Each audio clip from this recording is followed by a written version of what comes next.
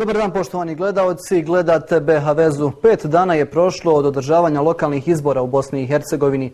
Izbori su prošli uredno u većini bosansko-hercegovačkih gradova i općina. U Stocu neuredno. Nakon problema na biračkim mjestima, smjene članova komisije, nacionalnih tenzija, prema medijskim natpisima i fizičkog obračuna, prekinut je izborni proces u Stocu. Šta se zapravo dogodilo u ovoj hercegovačkoj općini? Hoće li ipak biti održani izbori i ko je kriv za neodržavanje istih? Hoće li i ko odgovarati? O svem ovome, poštovani gledaoci, u nastavku razgovaramo sa našim današnjim gostom, gost BH Veze, gospodin Zlatko Hadžiomerović, prije svega građanin, stanovnik Stoca, a potom i bivši ministar obrazovanja, nauke, kulture i sporta Hercegovačko-neretvanskog kantona. Dobar dan, gospodine Hadžiomerović. Dobar dan i hvala na pozivu. Dakle, evo, od održavanja izbora, već sam rekao, prošlo je 5 dana. Poslije toga svi su imali neke svoje priče, neke svoje istine, pa možemo i nazvati istine i laži o tom nekom nemilom događaju koji se dogodio u nedjelju u Stocu. Znate li vi, imate li vi neke informacije šta se tačno dogodilo taj dan? Ja vas zamolio da taj dio prepustimo istražnim pravosudnim tužilačkim organima. Nek oni kažu, oni su najmjerodavniji da kažu šta je dole bilo, jer imamo puno kontroverzi, pa se ne bi upuštao ovdje u neke observacije i stavljanje na jednu ili na drugu stranu. Jer ja želim samo naglasiti da postoje pravosudne institucije koje će na koncu reći sve šta je bilo i kako je bilo. Da, evo, ja sam na samom početku ovog razgovora kazao da ste vi stanovnik, građanin Stoca. Dakle, u Stocu žive Bošnjaci i Hrvati uglavnom. Dakle, možete li nam kazati, postoji li taj neki suživot u Stocu? Osjeti li se neka, hajde da je nazovemo, nacionalna tenzija u ovoj hercegovačkoj općini? Kako je živjeti u Stocu? Pa gledajte, ako govorite političkim jezikom, za Bošnjake nije dobro. Moram vam reći da je to apsolutna dominacija HDZ-a u Stocu i mogu slobodno iz svog iskustva prinijeti masu ovdje nekih primjera kako se krše prava Bošnjaka, općenito povratnika u općinu Stoc. Međutim, kad se radi o suživotu običnih stanovnika, običnih građana, bilo koje nacionalnosti, mislim da tu nema problema. Problem je u politici. Sami ste sada kazali da postoji ta neka neravnopravnost ili među građanima Stoca. U čemu se to najviše ogleda? Pa gledajte, mi kad smo se vraćali u Stolac, to je bilo davno, 98. pa 9. 2000. Počeli smo s jednom školom, počeli smo kao istuljeno odjeljenje 6. osnovne škole sa 6 učenika, da bi na kraju uz pomoć OSC-a ušli u zgradu i zajedno dijelili tu zgradu osnovne škole. Naravno, kasnije se registrovali kao poseban pravni subjekt i, nažalost, evo, stalno se u medijima poteže to pitanje 2 škole pod jednim krovom. Dakle, postoje zaista 2 škole i mi smo imali izbor ili ići na školu koja će biti zaštićena prava Bošnjaka, pravo na jezik i ostalu nacionalnu grupu predmeta ili jednostavno kao u jajcu prihodni se toj većini da djeca uče na hrvatskom jeziku, hrvatski nastavni plan i program i da imaju diplome, odnosno svjedodžbe sa šahonicom. To je nedopustivo i to vrijeđa stanovništvo, dakle povratnike općine Stolac i mi smo se držali svoga. Mi smo spremni bili da ujedinimo te škole, samo je potrebna bila promjena statuta škole, a statut mijenja općinsko vijeće u kojem, nažalost, Bošnjaci su manjina. Dakle, željeli smo napraviti školu po modelu gimnazije u Mostaru. Dakle, da to bude mješoviti menadžment škole, mješoviti školski odbor, da se nastava izvodi na bosanskom i hrvatskom jeziku i to je to. Nažalost, nismo imali razumijevanja i stanje je tako kako je. Je li to jedan od razloga? Poznato je da veliki broj učenika bošnjačke nacionalnosti iz Stoca odlazi u srednju školu neke bliže općine i gradove. Je li to jedan od razloga, smatrate li? Pa gledajte, jeste jer mi dole imamo 1 ili 2 usmjerenja i onda ljudi biraju, učenici biraju tamo gdje imaju, gdje oni žele završavati koju školu, koje usmjerenje i tako dalje, jer u perspektivi vide naravno šta će studirati, odnosno šta će raditi u životu. Međutim, ne završava se ovdje sve.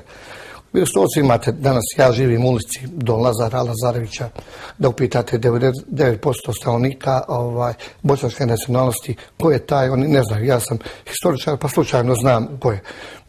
Sin koji na Spratu živi u drugoj ulici sa drugim imenom, i tako dalje.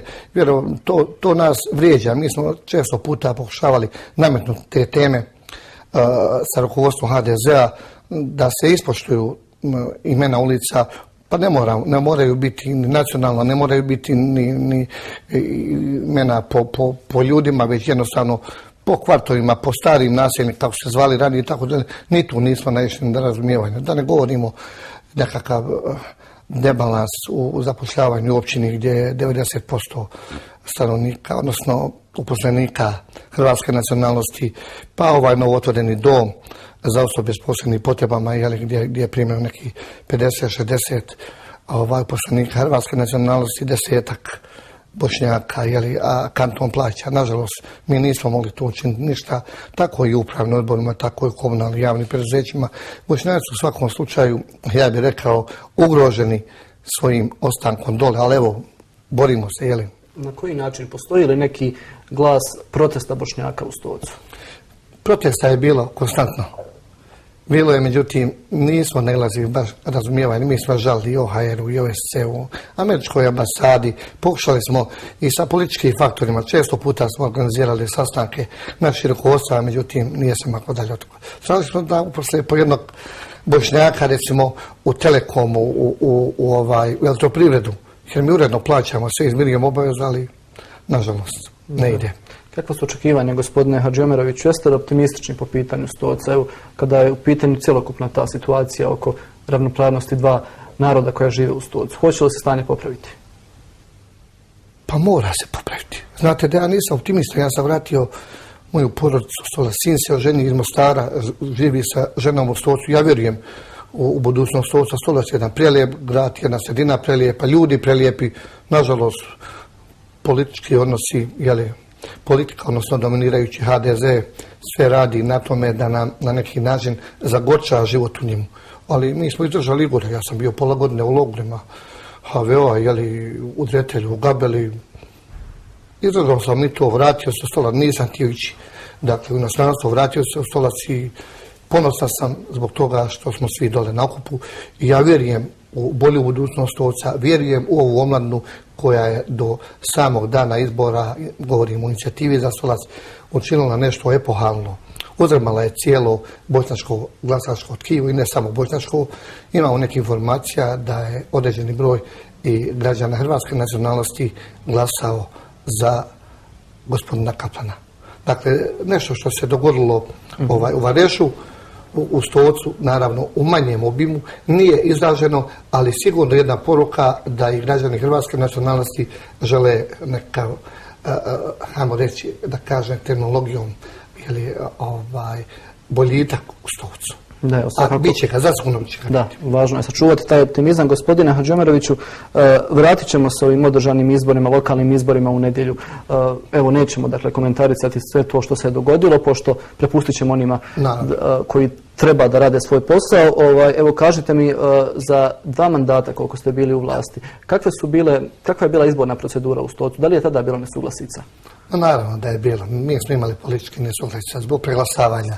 Napuštali smo općinsko vijeće, nismo sudjelovali u radu, pa su nam izmijenili statut, dakle, pod rukovodstvom HDZ-a, izmijenili su statut općine kojem se može birati, ne mora biti Bošnjak, može biti zamjenik hrvatske nacionalnosti i to ne govorim o cjelokupnom hrvatskom stanovništvu, jer mnogi ljudi razumiju šta se dale događa, govorim o politici koju provodi HDZ.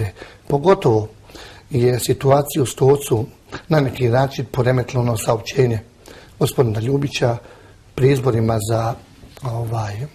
za Sabor Republike Hrvatske, kojim kaže da institucije Herceg Bosne nisu umrle, da one žive. Na što me to posjeća? Posjeća me ponovo na logor, na protjerivanje, na paljenje, na miniranje kuća. Rodila se jedna nova snaga, porasli su neki mladi ljudi koji ne žele živjeti u takvom Stocu, koji žele promijeniti stanje. Imali smo ovaj put podršku i naše dijaspore i bilo kako završi izbori u Stocu. Ovo će biti jedan model, jedan uzus. kako možemo mi dobiti izbore u Stocu. Mi imamo još rezerve otprilike oko 1700 glasača što u dijaspori, što u Mostaru i Sarajevu. Pozvaćemo ljude da se registruju, imaju dole imovinu, da pomognu Stocu, da pomognu svim stanovnicima Stoca da bude Stolac bolji za sve nas. Da, evo, kada možemo po vašem mišljenju očekivati održavanje lokalnih izbora u Stocu? Ja očekujem da će Centralna izborna komisija donijeti odluku da u sljedećih 15-20 dana se to završi. Mi očekujemo. Iskreno, ja ne govorim ovdje stranačkim jezikom, govorim jezikom građana Stoca. Mi želimo da izbori budu samo fair i korektni. Ništa drugo da se ponove izbori na svim mjestima. Jer znate, sve je počelo u Hodovu. I kad sam ja vodio kampanje, kad sam bio na čelu izbornog štaba, imali smo mi problema u Hodovu kada su Bošnjaci, članovi komisija, odnosno posmatrači bili udaljeni po 4 metra od stola, nisu imali uvid u lične karte, nisu imali uvid u biračke spiskove. Ja se žalio i Europskoj izbornoj komisiji, Centralnoj izbornoj komisiji, OHR, OSCE-u, nažalost, nikad nije stigao odgovor koji bi takvo stanje anulirao, koji bi vratio na početak. Nikad nam nisu uvaženi naši zahtjevi za poštivanjem prava čovjeka da vidi ko glasa i da ga vidi imali u izbornom spisku. Tu je počeo problemi u Hodovu, evo, to se konstantno ponavlja za svake izbore. Evo, svakako nadamo se da će u ovom drugom pokušaju izbora u Stocu sve proteći kako treba. Evo, još kratko, gospodine Hadžemeroviću, dakle, u ostalim bosansko-hercegovačkim gradovima i općinama, pored Mostara, izbori su uspješno održani u nedjelju. Ja bih vas zamolio da sa neke političke strane, s obzirom da ste neko ko poznaje politiku i politički sistem Bosne i Hercegovine, kako ocjenjujete rezultat lokalnih izbora u Bosni i Hercegovini? Posebno bih vas zamolio da se osvrnete na Srebrenicu. Evo, dakle, poznato je da će se ponovo prebrojavati glasovi, odnosno glasački listići sa nekih biračkih mjesta. Evo, šta očekujete?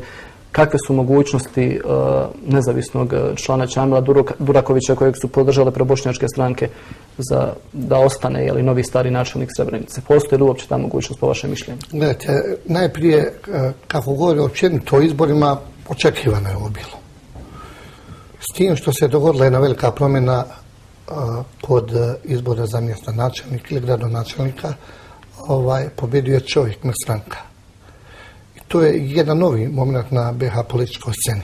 Mislim da će u budućnosti sve više biti takvih slučaja. Ali morate znati nešto, velike stranke probleme, velike imaju, puno je ljudi, puno ambicija i u tim trvenjima dođe često do nesuglasica, pa onda jedni drugima smetaju, ometaju, podmeću i tako da. Ali eto, moramo se boriti za bolju budućnost. Kad se tiče Srebrenice, ja sam nedavno napisao jedan komentar. Ja iskreno mislim da je Srebrenica morala biti posebna oblast, dakle distrikt, zbog svega toga što se tamo događalo, da ima nade za Čamila Durakovića. Međutim, ne treba ni Čamila optuživati neke političke stranke za ovaj poraz, bez obzira kako bilo. Ako imate vi 16.000 Srebreničana u dijaspori, zar je moguće da oni nisu u stanju za svoje mrtve izaći, platiti neki 20 eura listić glasački i glasati za Čamila, glasati za konačno čovjeka koji je na jedan način postao sinonim Srebrenice, sinonim suživota, i bilo bi vrlo porazno da ne bude ponovo izabran Čamil Duraković, ali i ne bi se dalo spočitati da je mogao ponovo raditi